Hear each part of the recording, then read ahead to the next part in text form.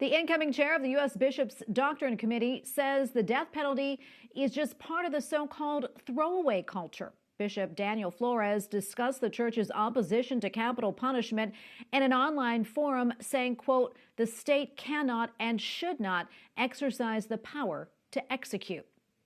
Pro-lifers are also keeping an eye on Capitol Hill as last week's wins for Democrats in Georgia set up potential abortion funding battles in the Senate. Matt Hadro, Senior D.C. Correspondent at Catholic News Agency, joins me now to talk about the road ahead. Matt, welcome back. Always great to see you. So what's the biggest pro-life concern as we look ahead to the new Congress and this new political landscape? The biggest concern far and away is public funding of abortions in healthcare. So this most notably takes the form of the Hyde Amendment, which protects against taxpayer funding of elective abortions in Medicaid.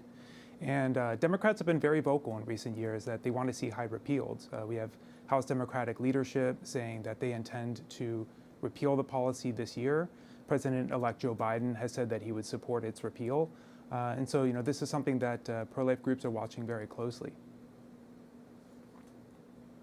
Matt, how likely is it, though, that the Hyde Amendment would be repealed, and which senators would be key players? So Democrats have a clear majority in the House, but they have a very, very narrow majority in the Senate. And so their margin for error for any policy priority is very small. There's a handful of senators that could possibly vote either way on this issue. Most notable is Joe Manchin, moderate Democrat from West Virginia. And he's voted pro-life in the past, and he's come out in support of Hyde. He said that he supports any attempt to repeal it.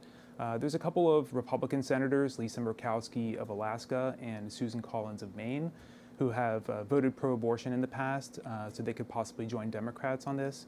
But pro-life groups, depending on who you talk to, they're not sold on Joe Manchin's reliability as a pro-life vote. So he's going to be especially someone to watch on this. If the Hyde Amendment is not outright repealed, how else may we see it weakened? So, another concern of pro-life groups is that if the amendment isn't repealed, it could simply be marginalized. So there could be new funding streams created through legislation in this Congress. We could see this very soon in a COVID relief bill, for instance. If that does not include specific pro-life language, it could result in funding of abortions, abortion coverage, or pro-abortion groups like Planned Parenthood. That's what pro-life groups are warning.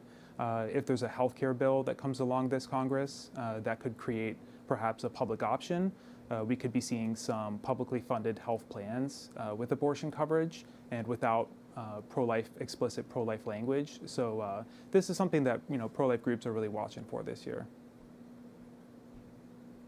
Matt, before I let you go, what else is on your radar? What else are you keeping an eye on?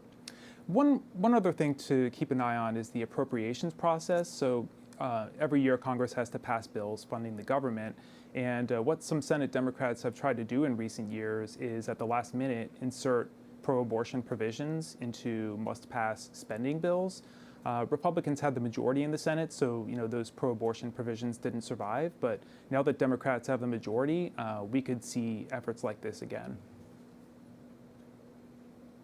Okay, we'll leave it right there. Matt Hadro, Senior D.C. Correspondent at Catholic News Agency. Thanks so much, Matt.